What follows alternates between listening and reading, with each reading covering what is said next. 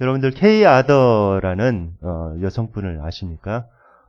이분은 프리셉트 국제본부를 창설한 분입니다.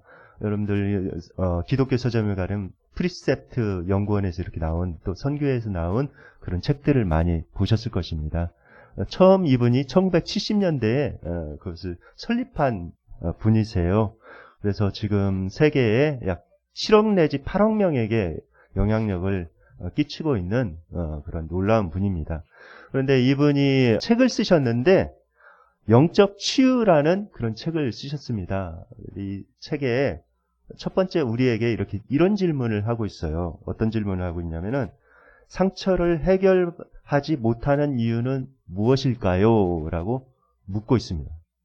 우리에게 마음의 상처를 해결하지 못하는 이유는 무엇일까요? 라고 물으면서 이분이 자신의 간증을 거기에다 말씀하고 있습니다. 이분이 이제 사랑하는 남자를 만나서 결혼을 하게 되었습니다. 그래서 자기는 이제 아름다운 가정을 꿈꾸면서 이렇게 결혼을 하게 됐는데 또 이제 그 남편이 결혼 반지에다가 또 문구를 하나 새겨줬어요. 새겨줬는데 그 문구는 우리 사랑은 영원하리라는 그런 문구였습니다. 그 문구처럼 우리 사랑은 영원할 것이다 라고 생각하고 굉장히 아름답고 행복한 가정을 꿈꾸면서 이렇게 가정생활을 하게 됐습니다. 그런데 결혼생활 6년 만에 남편이 폭력을 행사했습니다. 남편이 폭력을 행사해서 자신을 마구 때린 거예요. 그래서 코피가 터지고 그 피가 입으로 이렇게 흘러내려와서 옷까지 적시게 되었습니다. 그 아들도 둘이나 이렇게 낳고 그 아들을 키우는데 참 비참한 생각이 들었습니다.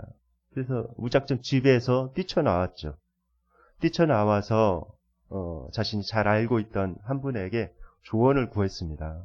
남편이 이렇게 폭력을 행사하는데 어떻게 했으면 좋겠습니까? 라고 이렇게 묻자 그분이 잘못된 조언을 한 거예요. 그렇다면 별거하십시오 라고 이렇게 이야기를 한 것입니다. 그래가지고 그 잘못된 조언을 듣고 바로 별거를 시작합니다. 그리고 자녀들은 아들 둘이 있는데 그 아들들은 자신이 키우겠다고 이렇게 하면서 남편과 떨어져서 이제 살기 시작합니다. 그런데 남편이 자주 이렇게 전화를 하는 거예요. 전화를 해서 자신이 정신병원에 이렇게 가봐야 되겠다고 라고 이야기를 합니다. 왜 정신병원에 가려고 합니까? 라고 케이 아더 아내죠. 아내가 남편한테 물어보니까 남편이 그런 얘기를 하는 거예요. 당신이 나한테 쏟아부었던 그런 말들이 잊혀지지가 않고 너무 그 말이 충격적이고 그래서 도저히 맨정신으로 견딜 수가 없습니다. 정신병원에 가봐야 되겠습니다.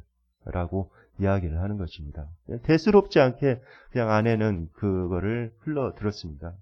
그리고 나서 또 이제 전화가 왔는데 또 전화에서는 이제 나 자살하겠다고 라는 이야기를 합니다.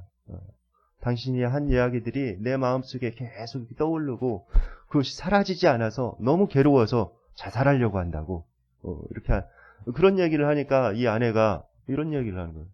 그러시라고 빨리 자살하시라고 자살하면 당신의 재산이 나한테 다 상속되니까 자살하시라고 이렇게 그냥 비꼬듯이 덤덤하게 그런 이야기를 합니다. 설마 자살을 하겠어라는 그런 생각을 이렇게 한 것이죠. 그러다가 몇 번 이렇게 편지도 오고 편지 속에도 계속 그런 이야기를 하는 거예요. 정신병원에 가봐야 되겠다. 자살하겠다. 그러던 어느 날 소식이 들려온 거예요. 진짜로 남편이 자살한 것입니다. 엄청난 충격을 받게 됐죠. 너무 큰 죄책감에 시달리게 되었습니다. 그때 받았던 상처와는 비교할 수 없는 엄청난 큰 충격과 죄책감에 시달리게 된 거예요. 그래서 이분도 이제 방황을 합니다. 그래서 막 정결치 못한 삶을 살고 그러다 보니까 아이들에게 상처를 주고 삶이 완전히 뒤죽박죽이 되어버린 것이죠.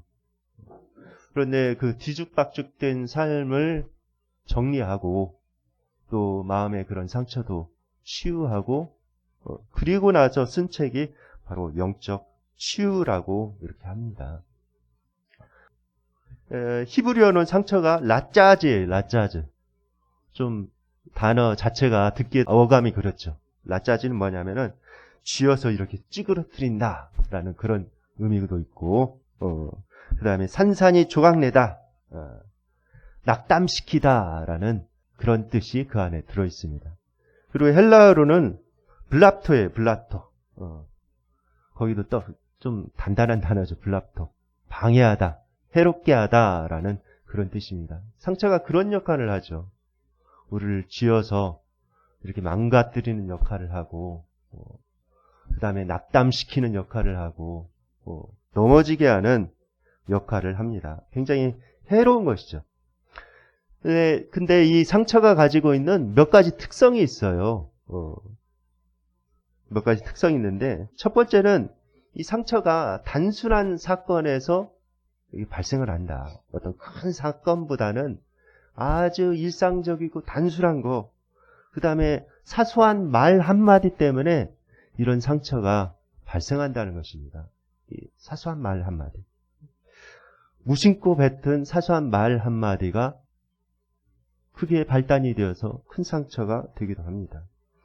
그 다음에 이 상처는 아주 먼 사람이 나에게 주는 것이 아니라 아주 가까운 사람이 나에게 준다는 거예요. 비행기를 타고 미국에서 누가 날라와서 나에게 상처를 이렇게 준다든지, 비행기를 타고 저 북극에서 누가 와가지고 나에게 상처를 준다든지 그런 일은 거의 없습니다. 상처는 가까운 사람으로부터 이렇게 받는다. 남편과 아내, 그 다음에 부모와 자녀, 직장 생활 속에서 또 교회에서도 이렇게 가까운 사람 가운데 상처를 받는 경우가 많다는 것입니다. 그 다음에 세 번째 상처의 특징은 놓아두면 점점 커진다는 거예요. 그 상처가 점점 커지게 된다. 그것을 치료하지 않으면. 마치 얼굴에 여드름이 나면 어떻습니까? 종기나 여드름이 나면은 그를 소독하지 않은 그런 손으로 그것을 종기를 딱 짜내면은 거기 병균이 들어가게 되죠. 병균이 들어가면 어떻습니까? 그거를 줄어들으라고 이렇게 짰는데 오히려 덧나가지고 더 이렇게 커지죠. 그런 것처럼 우리가 그 상처를 제대로 관리하지 않으면은 더 커져서 굉장히 어려움을 겪게 됩니다. 그 다음에 상처의 특징은 뭐냐? 누구에게나 상처가 있다는 거예요. 상처가 없는 사람은 이 세상에 없습니다. 예수님마저도 상처가 있었죠. 어떤 분이 30년 동안 자기는 맨날 상처만 받고 너무 괴롭게 이렇게 인생을 살아가고 있다고 목사님에게 상담하기 위해서 이렇게 왔습니다. 그러면서 목사님한테 이런 이야기를 하는 거예요. 목사님은 교회만 있고 세상을 모르니까 내가 이렇게 상처받은 거 모르시죠? 목사님이 어떻게 아시겠어요? 그렇게 이야기를 하는 것입니다. 그러자 그 목사님께서 이런 이야기를 하는 거예요. 제가 30여 년 동안 목회를 하면서 여러 사람들을 만나면서 받았던 상처를 책으로 쓴다면은 삼국지 분량보다도 더 많이 쓸 수가 있습니다. 라고 이야기를 했습니다. 우리가 생각할 점이 있는데 그것은 뭐냐면은 내가 상처받은 것은 쉽게 이렇게 생각을 잘 하죠. 그런데 내가 다른 사람에게도 부지불식 중에 상처를 주었다는 사실도 우리가 생각해 봐야 합니다. 나도 모르게 다른 사람에게 나도 상처를 줄 수 있다는 거예요. 그래서 우리가 한 가지 생각해야 될 것은 예수님께서 이런 말씀을 하셨죠. 마태복음 18장 35절 말씀 다 함께 한번 읽어보겠습니다. 그래서 예수님께서 이런 말씀을 하신 거예요. 너희가 각각 마음으로부터 형제를 용서하지 않으면 나도 너희 죄를 용서하지 않겠다. 그 말 가운데는 너희도 다 죄인이다. 그런데 형제를 용서해야 그 죄를 용서해 주겠다라는 그런 말씀이죠. 그런데 한 가지 우리가 주의해서 볼 구절이 있습니다. 예수님께서 하신 말씀 중에 마음으로부터라는 그런 단어예요. 마음으로부터 형제를 용서해야 된다라는 그런 말씀입니다. 그냥 겉으로, 그냥 입술로 이렇게 용서하는 것이 아니라 마음으로부터, 마음 중심으로부터 온전한 용서가 있어야 된다는 것이죠. 그래야 너의 죄도 용서해 주시겠다, 이런 말씀인데, 우리가 그것을 정말로 내가 마음으로부터 용서했는가, 그 사실을 확인할 수 있는 방법이 있습니다. 어떻게 확인할 수가 있을까요? 저 사람을 내가 마음 중심에서부터 용서했는가, 그것을 어떻게 확인할 수 있을까요? 그것은 그 사람의 얼굴을 봤을 때 내 마음에 어떤 동요가 일어나는가, 그것을 확인해 보면 돼요. 그 사람의 얼굴을 가까이서 봤는데 내 마음에 무슨 동요가 일어난다. 그러면 아직 마음으로부터 용서한 것은 아닙니다. 그것은 아직 용서가 제대로 되어지지 않은 거예요. 그러니까 예수님께서 그런 마음으로부터 용서를 해야 된다, 이렇게 말씀을 하고 계십니다. 여러분들 아십니까? 이 상처가 제대로 처리되지 않으면은 어떤 결과를 가져오는지 아십니까? 반드시 이런 결과를 가져오게 됩니다. 어떤 결과를 가져올까요? 상처가 제대로 처리되지 않으면 분열의 결과를 가져옵니다. 분열의 결과.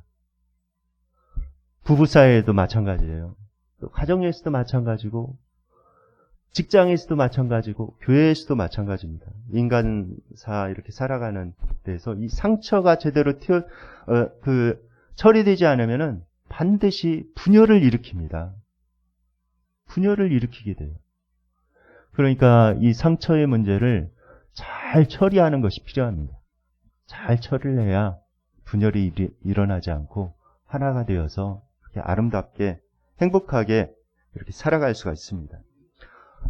요사이에 한국교회를 보면은 참 이게 분열의 영이 틈을 타서 많은 교회들이 무너지는 그런 모습들을 이렇게 봅니다.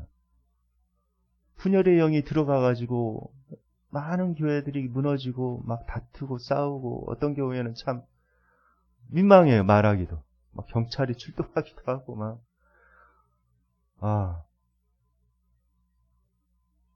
상처를 제대로 처리하지 않으면 분열의 영이 틈을 타게 되고 결국 그렇게 되는 것이지요.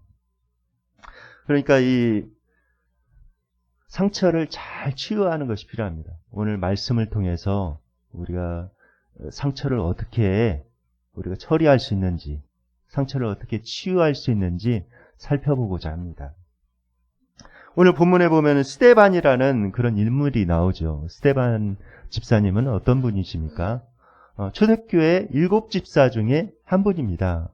아주 성령과 은혜가 충만한 분이다라고 성경에 기록되어 있죠. 그리고 스데반을 통해서 엄청난 그런 하나님의 일들이 일어났습니다. 놀라운 표적과 기사가 일어났다. 막 이적이 일어나고 막 엄청난 하나님의 역사가 일어나는 것입니다.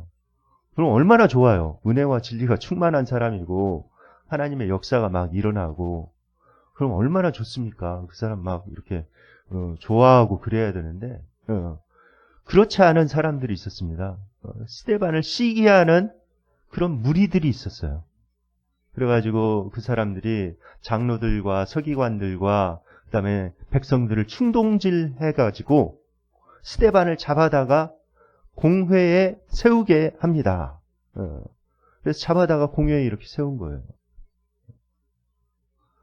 스데반의 마음이 어땠을까요? 마음이 참 괴로웠겠죠.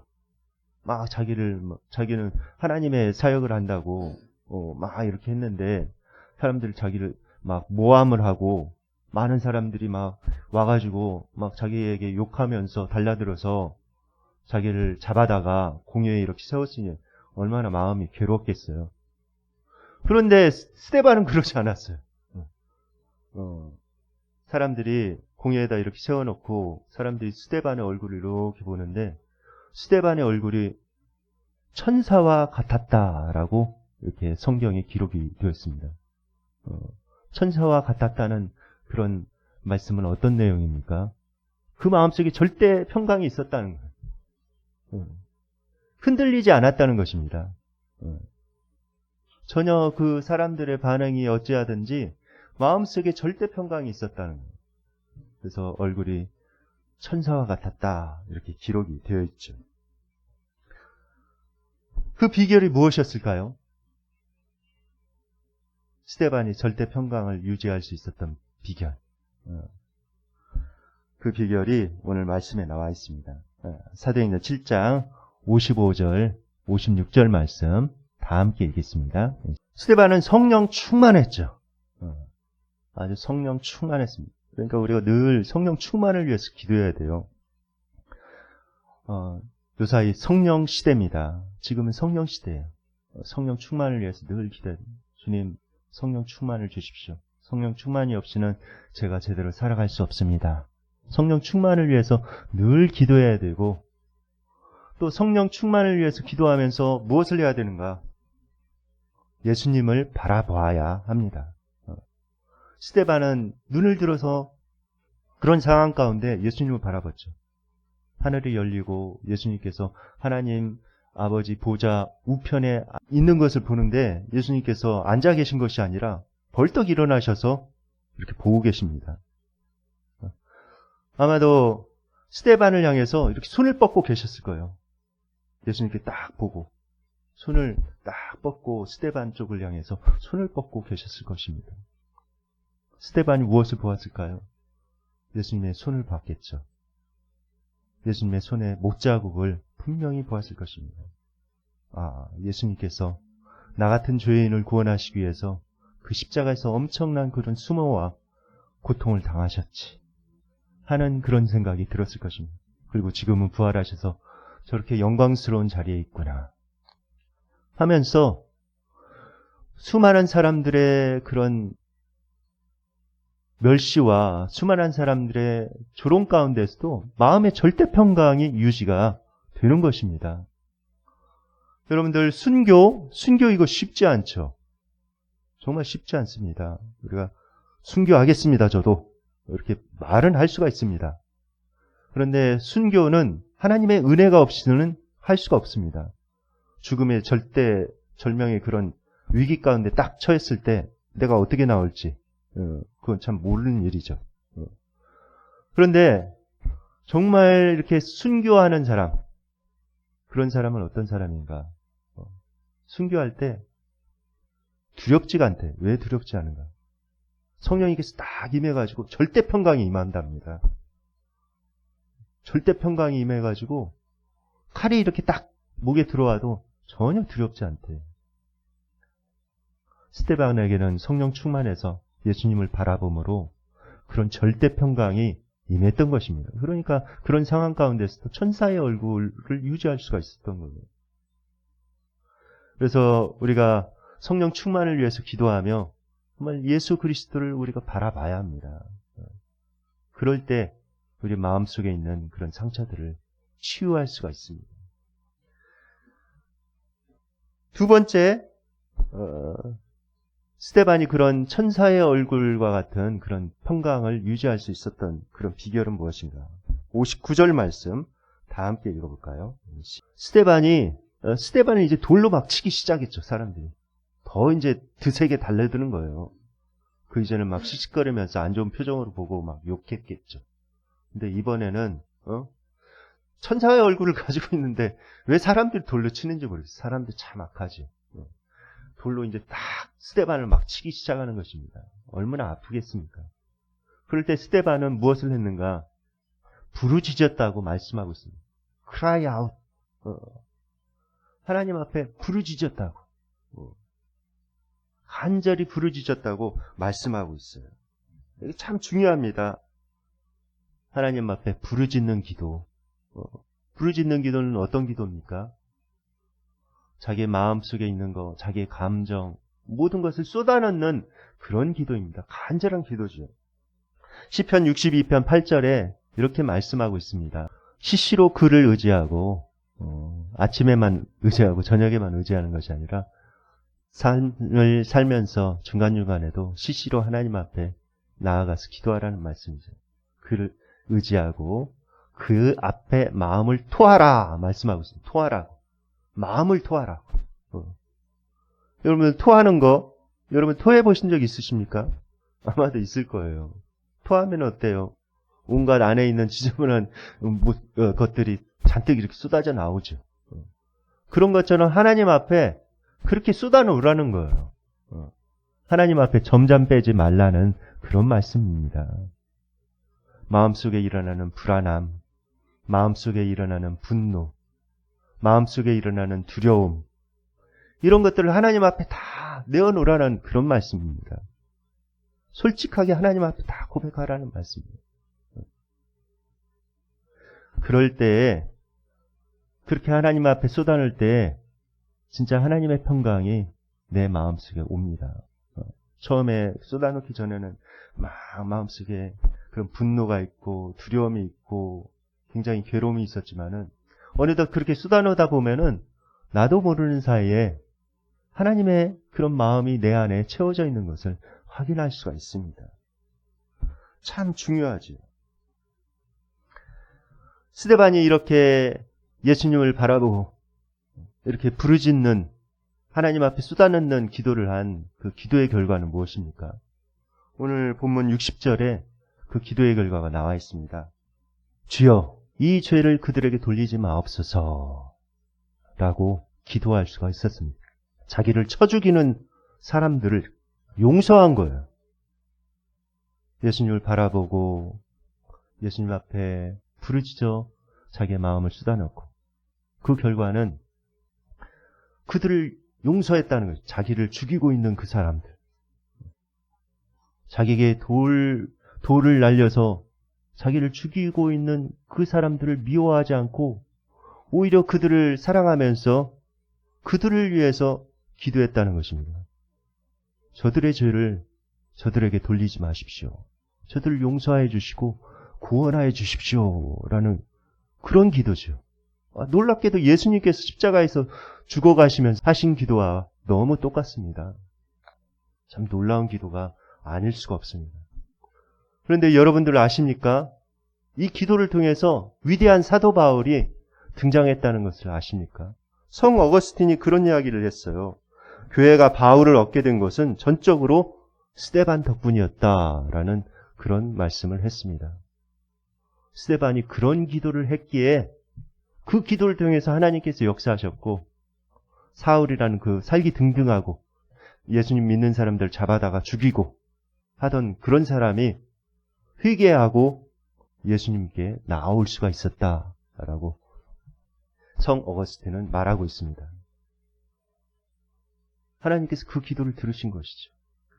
그 기도를 통해서 놀랍게도 사울이라는 청년이 회개하여서 사도 바울이 되었습니다.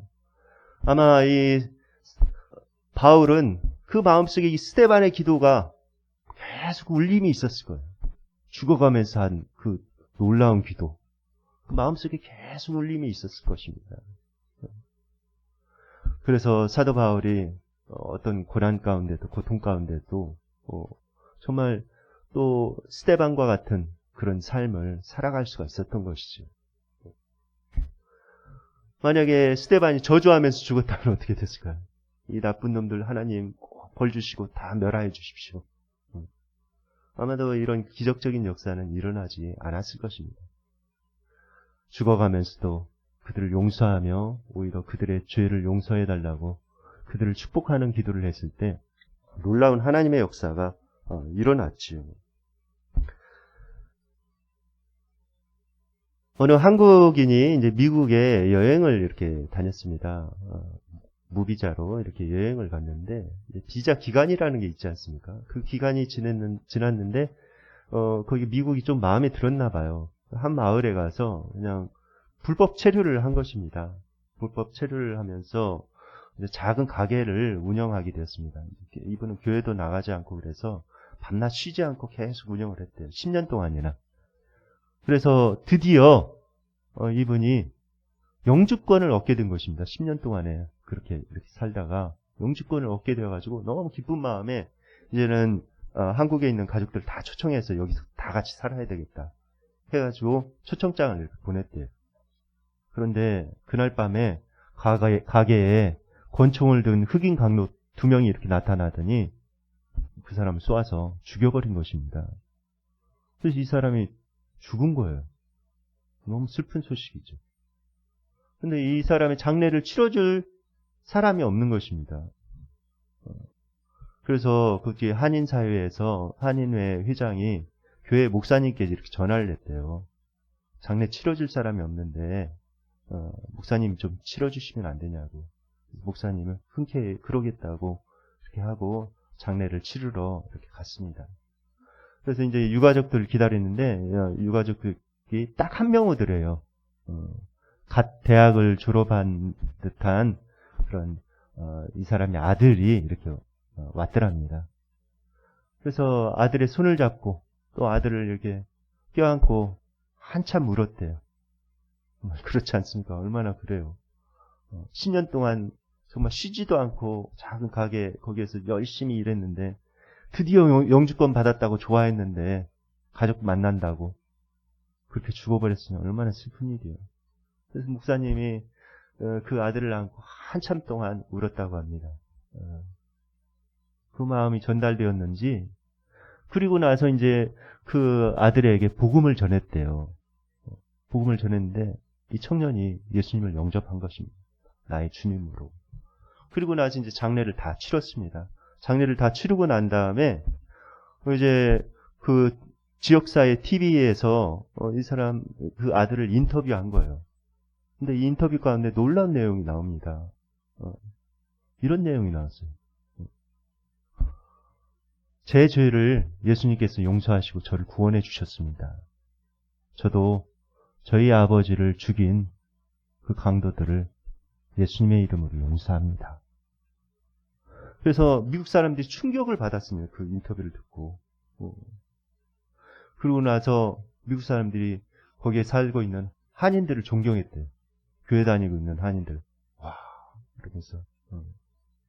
그런데 이 청년이 나중에 오랜 세월 후에 어떤 사람이 되었는가. 이 청년이 신학을 하고 복음을 전하는 그런 사람이 되었습니다. 그래서 목사가 되어서 화해의 복음 또 용서의 복음을 전하는 그런 사람으로 이렇게 살아가고 있습니다. 여러분들, 예수님께서 우리를 위해서 해주신 그 일들을 기억한다면 어떤 사람도 용서할 수가 있는 것이죠. 하나님의 크신 그 성령의 은혜를 우리가 받는다면, 그리고 예수님을 바라본다면, 그리고 우리 마음 가운데 있는 안 좋은 것들을 다 예수님께 쏟아낸다면 어떤 사람도 용서할 수가 있습니다. 그리고 주님께서 주시는 절대 평강을 유지할 수가 있습니다. 여러분들 이 상처를 해결하지 않으면 반드시 분열로 간다고 말씀드렸습니다. 상처는 또 다른 상처를 남깁니다. 이거를 해결하지 않으면. 그래서 그것이 이 사슬이 되어가지고 계속 안 좋은 방향으로 더 증폭이 됩니다. 증폭이 되죠. 상처의 사이클이 반복이 되는 것입니다. 그것이 반복되도록 놔두면 안 돼요. 그것은 반드시 해결해야 합니다. 그래서 그것이 상처의 사이클이 아니라 사랑의 사이클로 바뀔 수 있도록 이렇게 하는 것이 필요합니다. 그 열쇠는 어디에 있는가? 바로 예수님께 있습니다. 성령 충만해서 예수님을 바라보며 또 예수님께 나아가서 우리의 마음을 쏟아놓을 때 그런 역사가 일어납니다.